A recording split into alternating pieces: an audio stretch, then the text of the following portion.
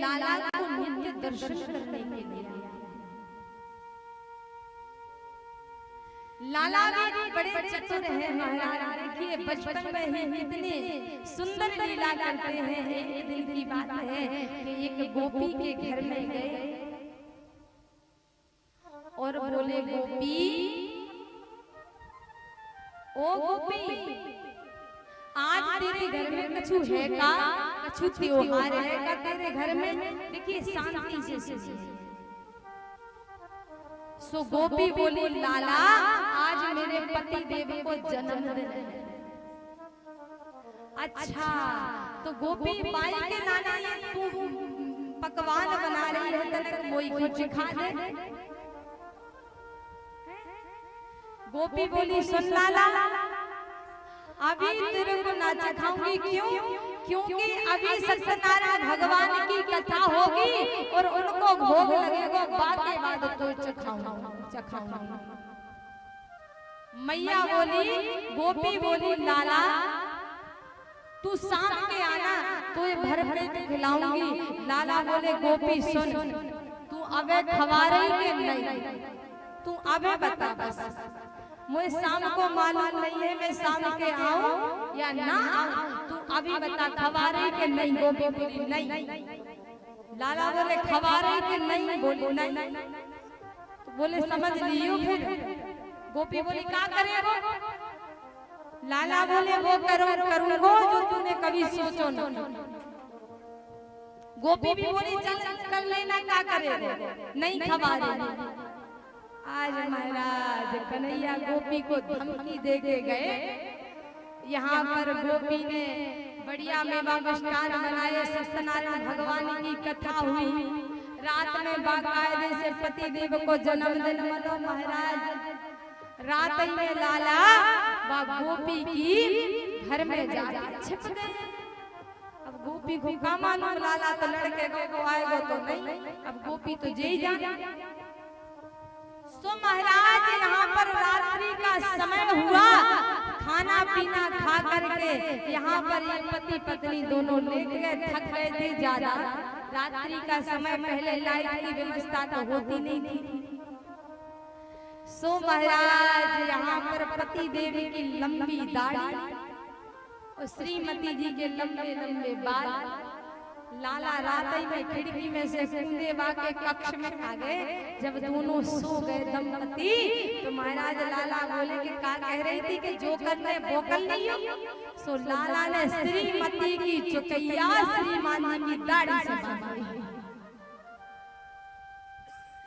अब महाराज जैसे श्रीमती की चोटी श्रीमान जी की दाढ़ी से बांधी, श्रीमती जी को रात में लगी प्यास। और जैसे प्यास लगी सो चोटी तक, चोटी के साथ साथ दाढ़ी भी तक। श्रीमान जी बोले, ये क्या करती हो? श्रीमती जी बोली, हम काय खुद तुम्हें हमारे बाल काट रहे हो, हम थोड़े। अरे तुम हमारी दाढ़ी काट रही हो। ऐसी कस के दोनों की दाढ़ी और चोटी बांधी। महाराज के रात में खूब छुटाने का प्रयास किया, लेकिन नहीं छूटी। दोनों उठे, आस्ते से लालटेन के पास पहुंचे, जलाया तो देखा चकैया से दाढ़ी। गोपी सोच रही कि ये काम कौन कर सकता है। इतने में अलमारी में बैठे लाला बोले, और भौजी कैसे तक और पंगा लो हमसे। गोपी को बड़ी गुस्सा आई कि बत ये तनक सा 10 बिलात का इतना दिमाग इसके पास में। गोपी सुबह सखियों के साथ में पनिया भरने गई तो सखियों को बताया कि देखो तो जो नंद को लाला ऐसे ऐसे उत्पात करने लगा है। अब इतने में ही एक गोपी और थी, बड़ी सरल सीधी थी। तो सुबह सुबह से बाबा गोपी के घरे पहुंचे। बोले, गोपी क्या कर रही? सखी बोली, कछना लाला भोजन बना रहे। बोले, सखी पतो जो अंदर वाले कमरे में तुम्हारे बिहारी जी बैठे ना, आज मैं साक्षात उनके दर्शन करके आया। गोपी ने मन में विचार किया कि लाला तो झूठ नहीं बोलेगा, कि साक्षात बोले साक्षात भगवान बैठे हैं। गोपी ने कहा, अच्छा तो चल मुझे दिखा कहाँ बैठे हैं। जैसे ही गोपी अंदर गई महाराज, तो ठाकुर जी के मंदिर में दो पिल्ला के बच्चा, कुत्ता के पिल्ला बैठे। महाराज गोपी ने देखा, बोली लाला जी भगवान बोले हाँ जी तो दिखा। ओ भगवान मैया यशोदा के पास उड़ाना देने के लिए आई। मैया जो लाला को का सिखा रही थी अभी से कि देखो तुम मंदिर में कुत्ता के पिल्ला बिठाया है और कह रहा है सत्यनारायण भगवान बैठे हैं, इसको पाप लगेगा। मैया ने पूछा लाला ऐसी बात है? मैया हमें पता ही नहीं कि इनको घर कहते हैं। अब ये तो पता नहीं का है, हमें ऐसे भिड़ा रहे हैं। मैया बोली हमारा लाला ऐसे उल्टे सीधे काम। गोपियों के घर में जाते, यहाँ पर गोपियां नित्य मैया यशोदा से शिकायत करने के लिए आती। मैया आज तेरे लाला ने ये किया, आज हमारी पकड़ में मटकी फोड़ दी। मैया यशोदा परेशान के रोज लाला की शिकायतें आती हैं, इतना उत्पाती थोड़ी मेरा लाला है, मैं कैसे मान लूं? किसी दिन रंगे हाथ तो पकड़ा तब तो मानो कि मेरा लाला चोरी करे। आज मैया ने कन्हैया से कहो लाला तेरी रोज रोज शिकायतें आ रही हैं, ठीक नहीं होगा, जिस दिन तुम पकड़ गए हो तो समझ ले। आज लाला ने सुनी के सखियां आज हमारी मैया से शिकायत करने आई, सो अपने मित्र मंडली में गए। तन सुखा, मन सुखा, श्रीरामा इत्यादि सबको इकट्ठा किया। बोले जे गोपियां उनके सीधे नाम इल्जाम लगा रही हैं कि रोज चोरी करने आते चोरी, आज उनको चोरी को मजा सिखाई। सो महाराज एक गोपी थी फूला बाई, फूला था उसका सबसे खतरनाक।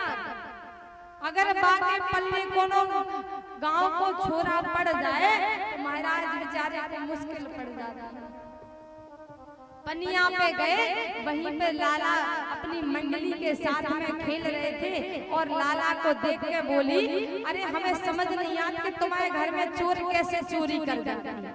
अरे हमारे घर में आके देखे फिर देखे लाल पीरो करके ना भेजे तो हमारा नाम फूला ना कहियो। लाला बगल में सुन रहे, तन सुखा बोले लाला ते तो बेइज्जती हो रही है, तने के जाके देख लो जा कैसे लाल पीलो करे। बोले तो चलो आज जाई के घर में पहले ढाबो डालो। सुबह गोपी चली गई पानी घर में और बात समझ गई थी कि आज लाला मेरे ही घर में चोरी करने के लिए आए हो। सुबह गोपी बड़ी चतुर थी, बाने का करो मटकिया सामने आंगन में टांगी, और सामने आंगन में जैसे जी मटकी सामने टंगी दिख रही है, देखो ये टंगी ऐसे जैसे सबको दिखे, तो सामने आंगन में मटकी टांगी और चतुरता उसने ये की कि बाई मटकिया में घंटी बांधी। घंटी बांधी क्यों? अगर मटकी हिलेगी तो घंटी बजेगी और घंटी बजी तो लाला पकड़ गया। सो महाराज बस सखी कहीं कार्य करने के लिए चली गई, यहाँ पर एक गोपी से कह गई कि घंटी जैसे ही बजे तू मुझे सूचना करना। तन सुखा, मन सुखा, सुदामा इत्यादि आए और कहा लाला देखा कोई नहीं है घर में, खाली है घर। बोले चलो तो फिर मटकी के पास पहुंचे, गेट लगाया, गोपी तो अंदर ही थी, दूसरे गेट से वो आ गई कि हाँ आ गई कृष्ण की मंडली, अब घंटी बजे तभी तो पकड़ेंगे। अब यहाँ पर लाला ने क्या किया कि चलो भाई मटकी फोड़ो। कैसे फोड़े मटकी? तो ऊंचाई पे, बोले एक दूसरे के ऊपर चढ़ के, एक दूसरे के ऊपर चढ़े और जैसे चढ़ के लाला ने मटकी देखी तो मटकी में एक रस्सी बंधी थी, दूर तक गई, देखा वहीं पर घंटी बंधी है। लाला बोले सुनो घंटी, मैं माखन खाने के लिए आया हूँ और मेरा आदेश है जब तक मैं माखन चुराऊं तब तक तू बजना नहीं। घंटी भी हाथ जोड़कर बोली प्रभु नहीं बजूंगी। भगवान ने ये कहा कि जब तक चुराऊं तब तक घंटी तू बजना नहीं। घंटी ने कहा बिल्कुल नहीं बजूंगी। महाराज कन्हैया ने मटकी को उतारा, सभी ग्वाल वालों ने माखन को खाया। और जैसे ही कन्हैया ने प्रसाद लगाया कि घंटी बज गई, और जैसे ही घंटी बजी महाराज गोपी ने दौड़ के आके लाला को पकड़ लिया। जो ग्वाल वाले थे वो तो भाग गए और लाला पकड़ के आ गए महाराज। जैसे ही लाला पकड़ाई दिए, गोपी बोली क्या कहता था कि मैं चोरी नहीं करता, आज तू रंगे हाथन पकड़ा, चल तेरी मैया से शिकायत करूं कि आज तेरे लाला ने मेरी मटकी फोड़ के माखन खाया। कन्हैया बोले गोपी अब तूने पकड़ लिया तो मैया के पास भी चलूंगा मैं, लेकिन तनक रुक जा, पहले मुझे घंटी से हिसाब कर ले। कन्हैया बोले चोरी घंटी, मैंने कहा कि जब तक मैं माखन चुराऊं बजना नहीं, तू कैसे बजी पहले मुझे ये। घंटी बोली लाला आपने कहा जब तक चुराऊं तब तक नहीं बजना, मैं बिल्कुल नहीं बजी। फिर तू बाद में क्यों बजी? बोली प्रभु मुझे ये बताओ कि मुझे बनाया किसने, मुझे किस लिए बनाया है? कहा पूजा पाठ के लिए। बोले प्रभु मुझे इसलिए बनाया है कि जब जगत पिता परमात्मा का भोग लगे उस समय मुझे बजना चाहिए। और प्रभु जब आप ही भोग लगा रहे हो मैं शांत बैठ जाऊं, ये कैसे हो सकता है? आपने भोग लगाया मैं बच गई, अब आप मुझे जो भी सजा देना चाहो सो दे दो, मेरा तो जो दायित्व था मैंने पूरा कर दिया। अब कन्हैया बोले चल कोई बात नहीं, बच गई, अब जा सभी निपटे, अब तुझसे तो निपट लिया। सुबह सखी ने ब्रज में कहते घूंघट डालने की प्रथा है, जो ब्रज की गोपियां हैं वो लंबा घूंघट डालती हैं। सुबह गोपी ने कन्हैया को हाथ पकड़ो और लंबो घूंघट डाला, और घूंघट डाल के आज गोपी मैया यशोदा के पास कन्हैया को ले जा रही है। जैसे ही लाला जा रहे थे हाथ पकड़े, गोपी लंबा घूंघट डाले दौड़ी दौड़ी चली जा रही थी, वो बदराती जा रही थी। कहता था मैं तो चोरी करता ही नहीं, आज रंगे हाथ पकड़ा, आज तो मैया से पिटाई लगवाऊंगी इसकी।